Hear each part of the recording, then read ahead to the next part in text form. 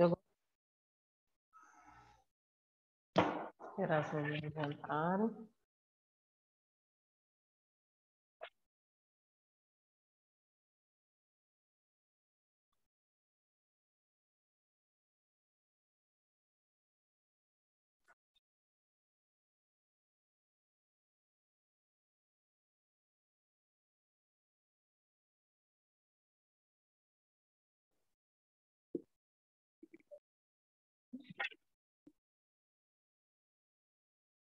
Essa luz apagada. A gente devia fazer um último dia de aula, uma sessão pipoca. Pena que não pode comer dentro de sala de aula. Porque...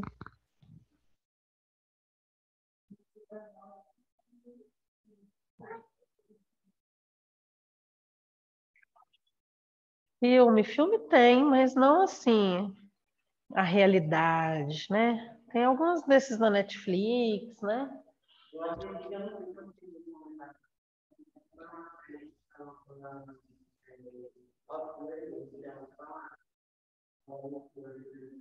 Acho que eu... Como que ela é? Eu acho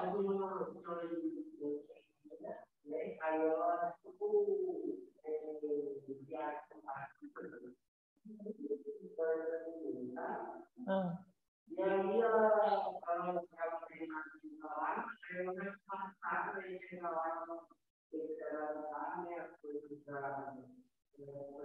Aham.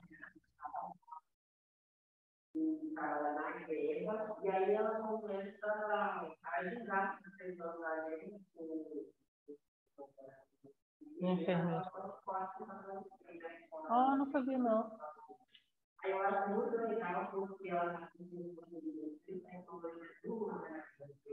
Ó, que legal.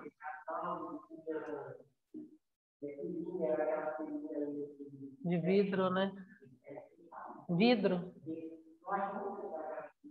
Depois me manda para eu ver, eu nunca vi, não. Às vezes a gente faz. Aí, para todo mundo ver. Ah, é grande?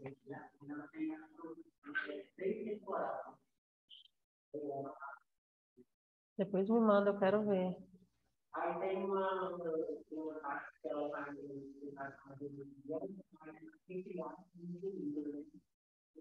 Ainda não existia, né? É. É. Isso. Ó, que bacana, eu nunca vi essa, não. Tem na Netflix? Mas eu vou olhar. Meninas, eu gosto de trazer muitas essas fotos para vocês, porque eu acho que traz uma vivência do CTI para vocês, né? Porque eu vejo muito aluno com dificuldade até de olhar monitor. O que vocês têm que pensar, gente? Deixa eu até ver se está já com as meninas aqui. O que vocês têm que pensar? Tem uma pressão, a gente tem um monitor. Eu pergunto para o aluno assim em campo, onde está a pressão? A gente sabe como que é a estrutura da pressão. É um número de sistólica, depois o de diastólica. Aí tem aluno que não consegue nem bater o olho no monitor e olhar isso. Eu acho que talvez seja falta mesmo de ter visto isso na teoria, uns monitores mesmo, igual a gente está fazendo. Então, eu gosto muito de trazer para vocês como que é o leito de CTI, para quando vocês chegarem lá, não ser tanta novidade a ponto de vocês ficarem assim, o que é isso? Meu Deus do céu. Apesar que vocês vão chegar no CTI, vocês vão falar assim, a professora não falou isso. Sempre vocês vão falar isso. A culpa é sempre do professor quando vocês esquecem alguma coisa. É bom quando a gente dá a mesma matéria e vai para campo, porque aí a gente consegue falar assim, não, não dei isso, porque a culpa é sempre do professor. Não tem para onde correr, né? Mas... Foi igual agora, né? Foi igual agora que você saiu aí, você viu? Perguntou cadê a professora. Que eu esqueci, né? Então, eu quero que vocês fiquem atentos aí para isso. Essas fotos eu não passo à toa, tá? O propósito é vocês conhecerem mesmo, atentar mais rápido aí aos monitores, aos dispositivos de assistência que a gente tem dentro do CTI. Vamos voltar para o nosso exercício, que daqui a pouco tem um mais difícil. Ô, professora, deixa eu te fazer uma pergunta. Pode fazer.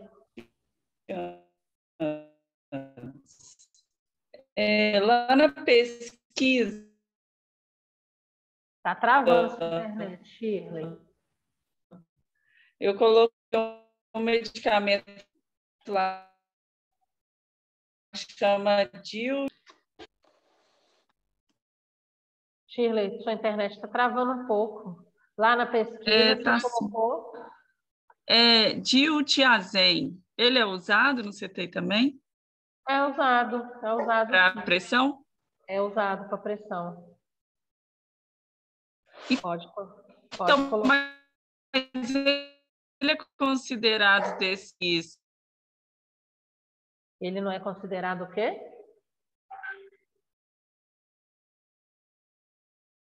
Mas e qual nível? Não entendi. O diltiazem o quê? Não é considerado o quê? Não, ele é usado para equilibrar a pressão? Para equilibrar a pressão. Ele faz o paciente urinar e aí abaixa a pressão. Tá. Então ele também é diurético. Também é diurético. Tá. É igual furosemida. O paciente urina, né? E aí ele diminui a pressão. Por que que diminui a pressão quando o paciente urina, gente? Porque o rim ele faz parte, ele tem receptores da pressão no rim. Então, o rim ele é um dos órgãos que controla essa pressão. Então, por isso que quando o paciente urina, os níveis aí de pressão abaixam, tá? E atua nos canais de cálcio, né, professor? Isso.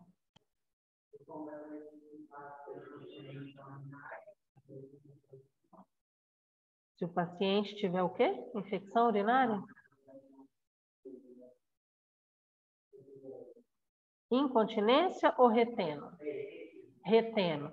Possivelmente a pressão dele vai aumentar, tá? Se ele não está urinando, ele vai reter, ele vai aumentar a pressão.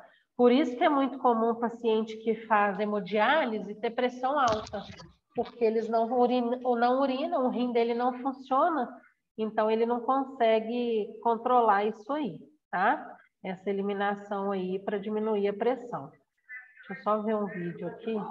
Foi o caso do Tarcísio Meira, né, professor? Do Tarcísio Meira? Não sei, não fiquei sabendo.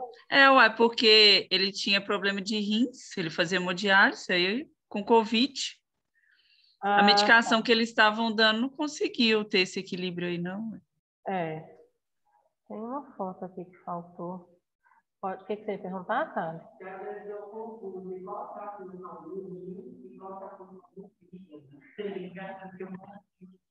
O rim ele vai eliminar a urina, né? E vai controlar a pressão arterial.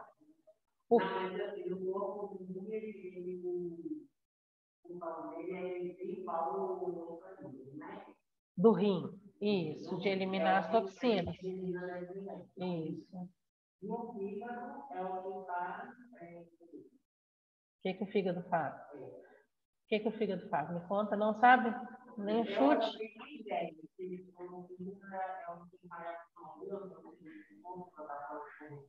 Isso, na verdade, ele serve como uma forma de proteção para o nosso órgão. Então, ele consegue degradar tanto bactéria quanto vírus, tá? Ele consegue eliminar toxinas. Então, ele pega aquela toxina que é prejudicial para o corpo, ele elimina em pequenas partículas que não são mais prejudiciais.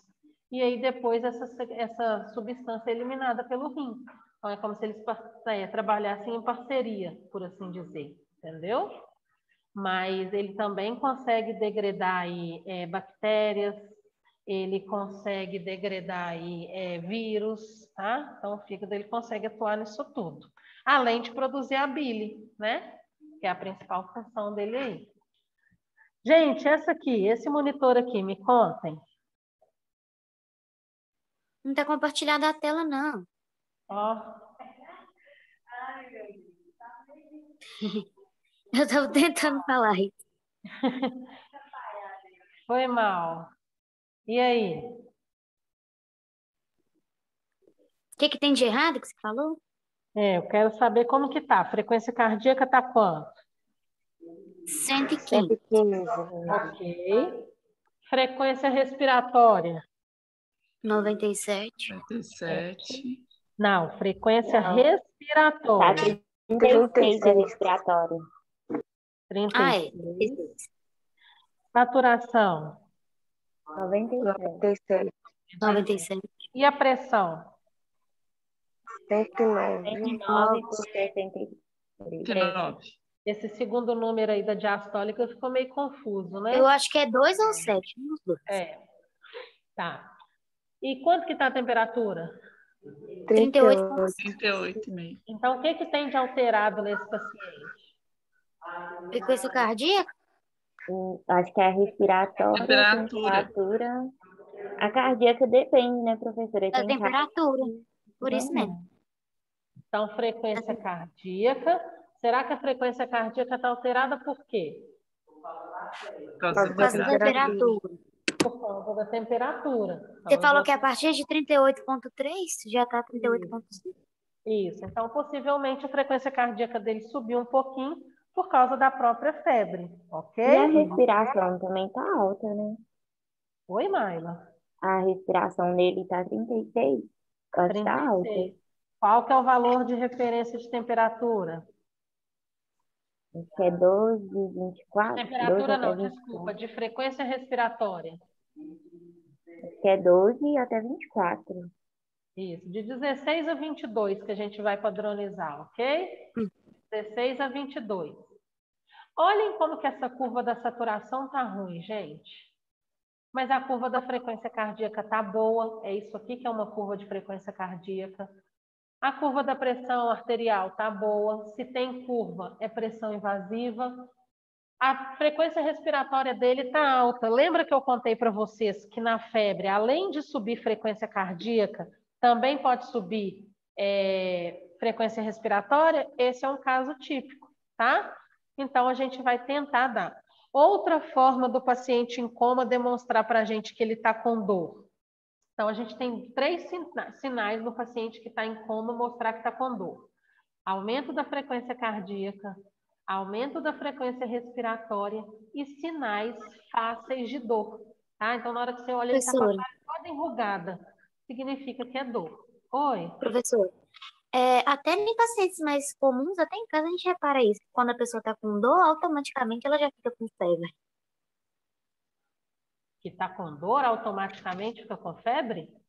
Sim, a maioria das vezes, tipo assim, uma dor de garganta e acaba, tipo, igual criança quando tem gripe, esses negócios. Automaticamente já fica com febre.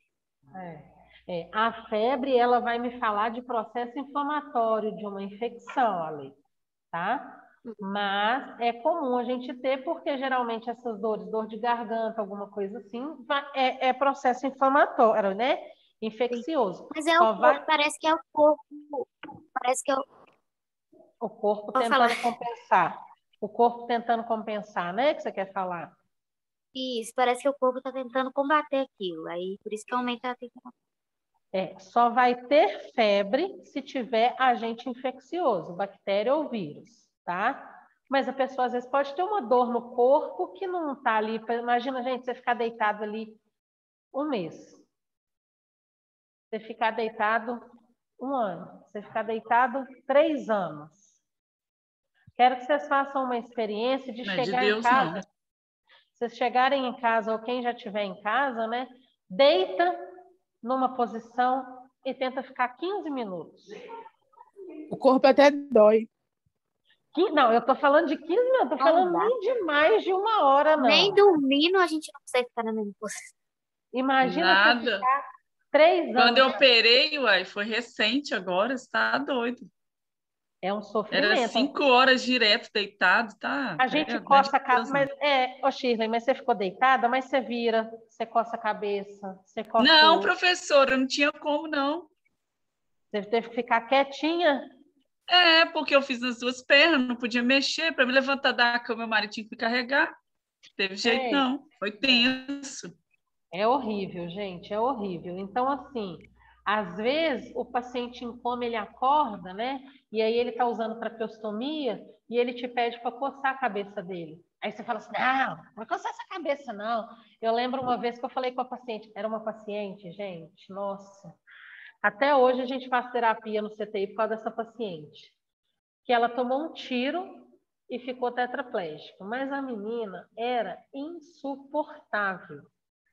E aí ela falou assim, coça minha cabeça. E ela ficava chamando a gente, igual chama bicho, ficava assim, balançando o beiço. Aí a gente chegava perto dela, ela, coça minha cabeça. Aí eu falei, não vou coçar sua cabeça, não. Sua cabeça está cheia de bicho. Mas o que eu queria dizer era bactéria, porque ela queria que coçasse sem luva. Ai, minha filha, essa paciente chorou e gritou. E esperneou que a cabeça dela estava cheia de bicho, e tira esses bichos da minha cabeça. E veio que é tanto de gente. Quem falou que a cabeça dela está cheia de bicho? Eu, não é bicho, é bactéria, foi jeito de falar. Aí eu tive que explicar o porquê que eu tinha falado isso com a paciente. Ela queria que coçasse o ouvido dela, aí se fosse sem luva, só queria sem luva. Então, assim, a gente tem que tomar muito cuidado, mas a gente tem que entender o paciente, gente, entendeu? Às vezes a gente põe o paciente de um jeito que não está a posição confortável para ele. Ele vai ficar horas naquela posição. Então, a gente tem que atentar muito para isso, ok? Gente, observaram as curvas, que era o que eu queria que vocês observassem. Esse oxímetro aqui, ó, a curva está ruim. Possivelmente, saiu do dedo do paciente. Então, eu já falei isso com vocês. Antes de qualquer coisa, verifiquem se os fios estão no lugar, ok? Então, vamos ver se as outras curvas estão boas. Agora, a gente vai olhar só a curva, ó. Pra vocês terem noção de como que é a curva. Curva de frequência cardíaca. Elas ficam contínuas, né, professora? Ficam contínuas. Acontece muito disso sair do lugar, o tempo todo, na verdade, tá? Curva da saturação, curva da pressão, você vê que é o mesmo espaço entre elas, tá vendo? Ó, frequência cardíaca, essa aqui tá um pouquinho ruim, tá vendo? Já não tá igual às outras, tá um pouquinho diferente. Possivelmente algum eletrodo tá descolando do tórax do paciente, ok? Agora eu vou mostrar uma outra coisa para vocês. Então, olha aqui, outra curva, ó. Vocês percebem que a curva ela vai ficando mais longa quando a frequência cardíaca é baixa, ó. 58, um tracinho dele dá espaço para o outro, que dá mais um espaço. Olha essa frequência cardíaca, que a curva tá boa. O espaço entre as ondinhas, que a gente chama de QRS, para uma que a frequência cardíaca tá alta. Olha para vocês verem, tá vendo? O espaço é muito menor, porque na outra a frequência cardíaca está baixa. Agora eu vou mostrar um negócio para vocês. Deixa eu pegar aqui.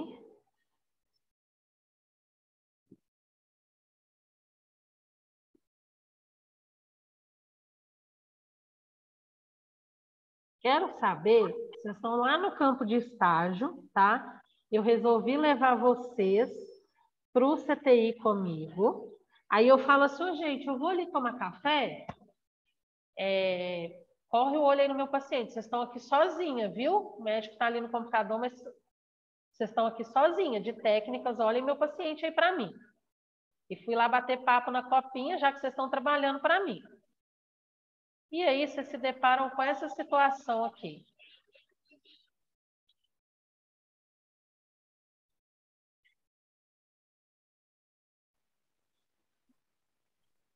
Professora, E aí? pode falar? Pode falar. Ó, provavelmente o paciente arrancou tudo. Pode ser isso também. Mas pode ser outra Primeira coisa. coisa. Então, antes de vocês gritarem o médico, vocês vão olhar o quê? O cabo? Eu e a Lê vão conferir tudo.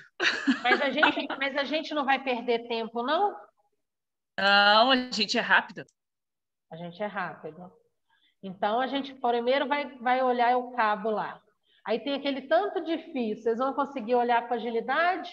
Vocês estão sozinhas Sim, lá. enquanto uma está olhando lá os fios, eu estou olhando a tela. Está escrito que está desligado. Aonde? Eu não tô enxergando. Não está dando nem para ver direito. Aí, marca passo desligado. Aonde, gente? Não tô vendo nada. Gente, alguém falou de marca-passo desligar. Ah, tá, aqui. Não, isso aqui é só configuração, tá? Podem ignorar isso aqui. Professora, mas não está aparecendo tudo, não. Parecia só um pedacinho agora. Vou mostrar de novo. Ou ele morreu também, né? Tem essa. De Pô, já novo. matou o paciente. Eu volto, meu paciente está morto, eu bato no vocês e nele. Aí, a sacanagem. Ó, o vídeo não quer passar, peraí, gente.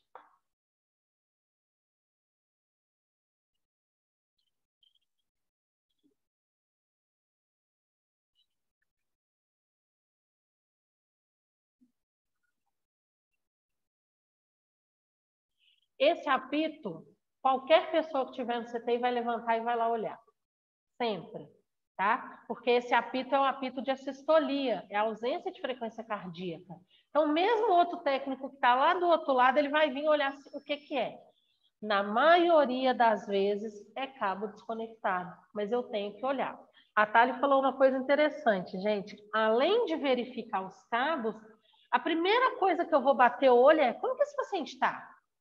Ele está respirando? Vou olhar para o tórax dele. Enquanto isso, eu vou procurando os fios. Ele está consciente? Então, a clínica é soberana, gente. A gente precisa olhar os sinais. Ele pode ter arrancado, e esse aqui é um caso. Olhem o que vai acontecer aqui agora no final desse vídeo. Então, olhem esse apito, a sistolia, a ausência de frequência cardíaca. Para começar, gente, a gente já sabe que não é nada grave, porque tem alguém filmando. Se for... E tem alguém lá atrás, professora de você, parece que tá mexendo. Pode ser o espírito vindo buscar o corpo? Pode, mas a princípio é alguém filmando, que a gente está vendo o vídeo, então a gente já sabe que não é urgente, que se fosse urgente não tinha ninguém filmando, parado, olhando, não. Então, vamos lá.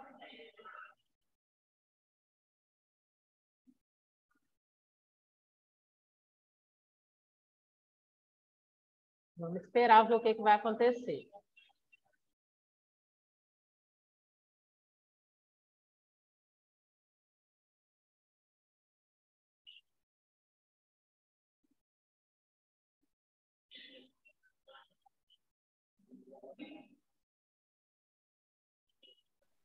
Voltou tudo ao normal. Tá voltando, né?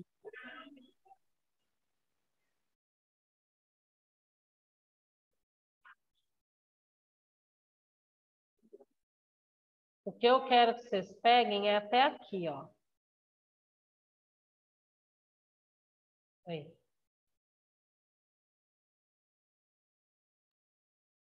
Meninas, vocês não estavam ouvindo o som, não, né? Não. Não. E as não avisa, não. Ó, então ele tá em assistolia. Alguma coisa aconteceu. Um minuto. E voltou a frequência cardíaca. O que aconteceu, gente? Jesus resolveu intervir? Então, vamos focar nessa frequência cardíaca aqui de 50. E aí, o que aconteceu? Voltou a saturação? Esse paciente estava morto e sobreviveu? Eu ainda tô achando que ele arrancou os fios. Na verdade, ele arrancou os fios, né? E o que aconteceu? Alguém conectou esses cabos nele. Mas a gente percebe que é uma frequência cardíaca baixa, né? Mesmo voltando os fios, ficou uma frequência cardíaca de 50. Então, a gente tem que atentar. Possivelmente, esse caso aqui é um paciente cardíaco, tá? Que esse paciente, ele precisa aí de um marca-passo, ele precisa de uma cirurgia cardíaca, mas a gente já sabe que frequência cardíaca de 50 é baixa, mas que talvez seja por causa do caso clínico dele. Talvez está esperando um implante de um marca-passo, tá? Então, não tem problema. Então, eu preciso conhecer os sinais vitais do meu paciente, ok? Mas E no caso, né, o professor? Pode falar. E no caso, você deixou aí a gente tomando conta, eu e as meninas, a gente ia ler o prontuário dele. Ficar lá também assim, né? Sem saber o que se trata também não, né? Isso, possivelmente. Não é só porque o fio soltou, não. Aí tem que saber primeiro quais são. Isso. Tem que saber, então, sempre que chegar... Histórico dele.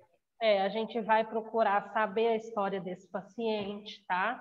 A gente, vocês já vão ter conhecido, então, por exemplo, vocês já sabem que vocês têm que atentar para essa frequência. Isso, aham. Então, assim, a gente ficar atento. Mas esse é o sinal que eu contei para vocês que muita coisa apita na UTI. Mas esse é o sinal que todo mundo vai levantar. O médico vai levantar, o enfermeiro vai levantar, o físio vai vir, outros técnicos vão vir. Por quê? Porque é o sinal de assistolia, tá? E aí, quando a primeira pessoa chega e vê que é fio solto, já avisa, não, gente, é fio solto. Ele só arrancou os fios. Por quê? Para evitar que todo mundo vá ali, ok? Professora, Oi? depois coloca esse videozinho aí para a gente ouvir de novo, porque não deu para ouvir quase nada. Não deu para ouvir? Vou colocar de novo. Tipo assim, colocar lá no Zap. Tá. Vou pôr ele só mais uma vez para vocês verem.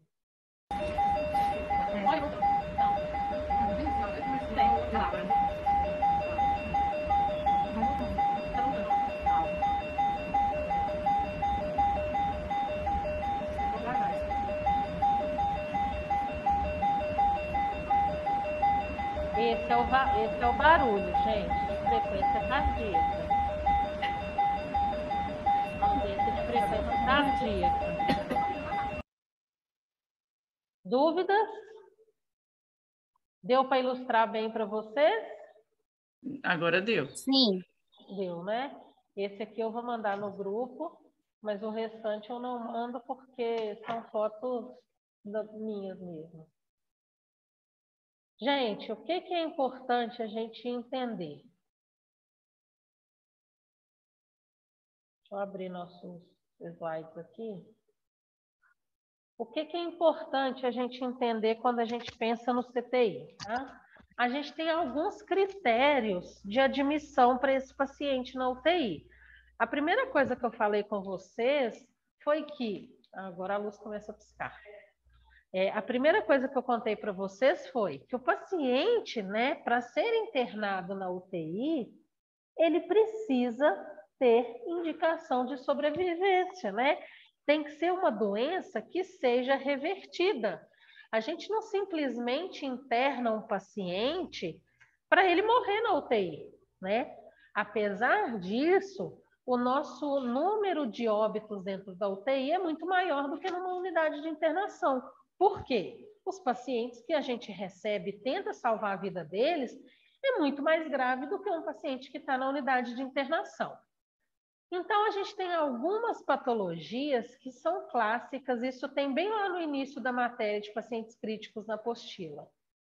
A gente tem algumas doenças, né, que são comuns para a gente receber esse paciente na UTI, que são indicativos de internação na UTI. Que a gente tem a angina estável de alto risco. O que é isso? A angina é uma dor precordial, me fala de falência do músculo cardíaco, ok? A gente tem emergências hipertensivas, então emergências hipertensivas, pressão alta, pressão de pacientes em emergências hipertensivas é aquela que a gente viu, 190 por 55, 220 por 180. São pacientes que aqueles medicamentos mais simples que a gente está fazendo a listinha não vão resolver a pressão dele. A pressão dele está muito mais alta, ok? No tórax. Está infartando. Isso. É um dos sintomas, tá? Então, isso já é indicação do CTI, tá? Para internar no CTI. Uma insuficiência respiratória aguda, então o paciente parou de respirar, ele vai precisar passar por intubação. Se ele vai ser intubado, ele tem que ser encaminhado para o CTI. Paciente intubado, gente, ele só fica no CTI, tá? Professora, mas eu vi lá na UPA um paciente intubado. Sim, ele foi intubado na urgência na UPA e agora eles estão tentando uma vaga de CTI para ele, tá? Então, ele não vai ficar ali muito tempo. Por quê? Porque a gente não tem fisioterapeuta, que é um dos principais que mexem com respirador, tá? A gente não tem disponível respirador para vários pacientes na UPA. Geralmente, uma UPA tem 2 respiradores no máximo, tá? Então, esse paciente vai ser entubado. Professor, aí saiu a vaga para ele está aqui na UPA JK, saiu uma vaga para ele lá no Hospital Municipal. Esse paciente vai ser transferido de ambulância, né? Ele está entubado. Então, o SAMU busca esse paciente na JK e vai levar ele para o municipal de Contagem, tá? A Jéssica sumida. Falei de você já hoje. Então, o que acontece? Os meus exames deu infecção intestinal. Eu tive que estar no hospital tomando de novo remédio na veia. E acabou que eu não consegui fazer as atividades. Eu até te mandei mensagem no WhatsApp, mas eu acho que seu número mudou. Ah, tá. Pode fazer depois que você melhorar e você me manda, tá bom? Tá, eu vou te enviar, tá bom? Então tá, melhoras. Obrigada. A gente tem a embolia pulmonar, né, gente? A embolia pulmonar nada mais é do que quando um trombo, tá? Um pedaço de coágulo, uma placa de gordura que soltou das minhas artérias e veias, obstrui alguma coisa no meu pulmão, tá? Obstrui uma área do meu pulmão. Então, essa é a embolia pulmonar. Então, isso tudo são casos típicos de pacientes que vão ter indicação para UTI, tá? Outra coisa é patologias neurológicas, né, gente? O coma é uma patologia aí, neurológica. Então, vamos imaginar um paciente que teve overdose, tá? Por causa de drogas. Ele chegou no hospital com sensório rebaixado. O que é isso? É um termo que a gente utiliza muito no hospital. Sensório rebaixado. Não, hoje está piscando mais que o normal essa luz. O sensório rebaixado é quando o Glasgow dele está baixo. Está parecendo uma boate.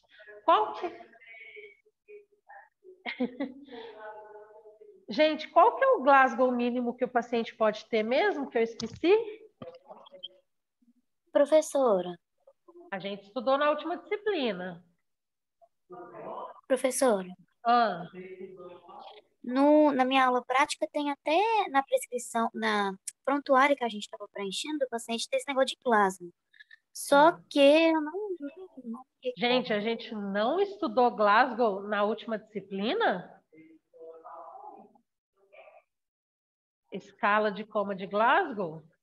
Shirley, se pronuncie, sei que não falta.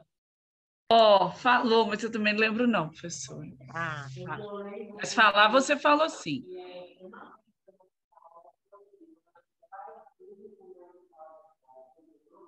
Saudade do meu caderno, vou lá buscar ele, peraí.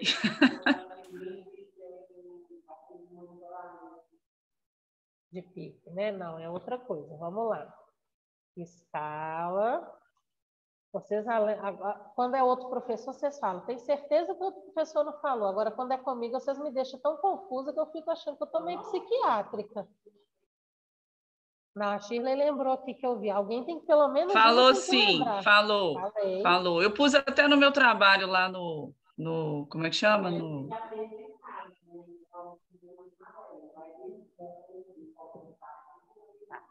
O mínimo da escala de coma de Glasgow é 3. Esses dias eu estava vendo uma série dos Estados Unidos que o médico falou assim, e aí possivelmente é erro na tradução, o paciente chegou com Glasgow de 1.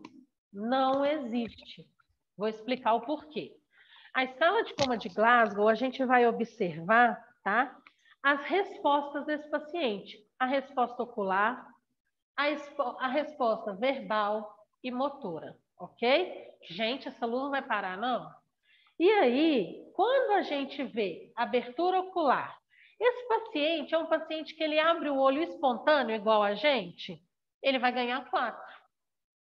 Esse paciente, ele só responde quando eu chamo ele fica o tempo todo de olho fechado, e quando eu chamo ele, seu José, ele abre o olho, ele vai receber 3, tá?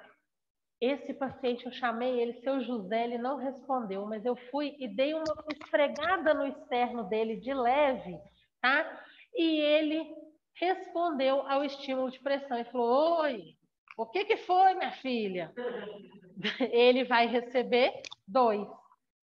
Eu chamei ele, sacudi ele, tá? Não respondeu nada, não respondeu. Ele não teve abertura de ocular nenhuma. Ele ganha 1. Então, se ele não fizer nada com o olho, ele ganha 1, ok? Deixa eu ver quanto tempo ali para cair a aula para as meninas. 4 minutos. A resposta verbal. Ele está orientado? Não, eu sei que eu estou no João 23, eu estou aqui porque eu sofri um acidente. Ele vai ganhar 5. Ele fala que está no iate, que ele está nadando lá nas Maldivas. Ele vai receber 4, porque está com uma resposta confusa. Ele não sabe nem onde que está, tá? Agora ele fala palavras soltas, tá? Eu falo com ele assim, onde o senhor está? Ele fala assim, cadeira, porta, umas coisas desconexas, nada com nada, ele vai ganhar 3, tá?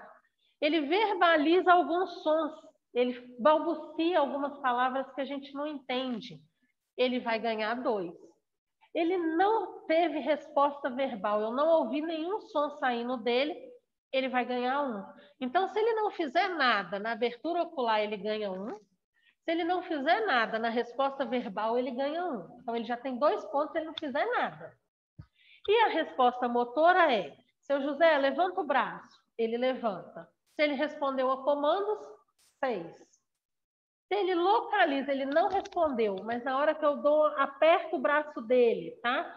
Ele responde, ele localiza o estímulo, ele vai com a mão dele ali, porque alguma coisa incomodou ele. Então, ele recebe 5. Flexão normal. Eu vou trazer um vídeo, vou ver se eu acho um vídeo para explicar isso para vocês. Flexão anormal e extensão anormal, ele vai ganhando 4, 3, 2. Eu mostro no próximo horário isso. Eu chamei esse paciente, ele não fez nada.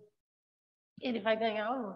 Então, o mínimo que ele pode ter é 3 pontos.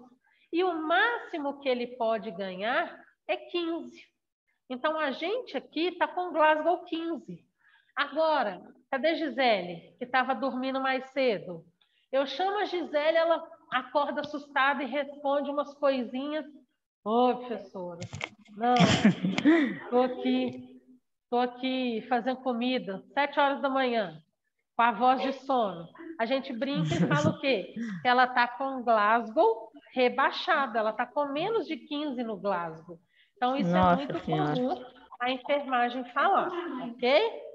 Então, o mínimo do Glasgow é 3. Eu vou pôr isso na prova, hein?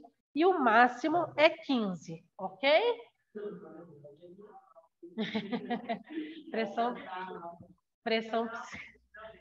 Pressão psicológica, tá? Gente, vou desligar e Você volto. falou isso em clínica cirúrgica. Em clínica cirúrgica, não. Vocês estão achando, eu estou Falou. quase indo para psiquiatria, porque vocês ficaram falando com tanta certeza que não tinha visto, que eu falei, gente, eu tenho isso nos meus slides. Tem o quadro aí de novo. Vou pôr na prova escala de coma de Glasgow, viu? Quero ver. Eu vou mostrar para vocês essa flexão normal, anormal e essa extensão, ok? Vamos cair, todo mundo cai aí e a gente volta.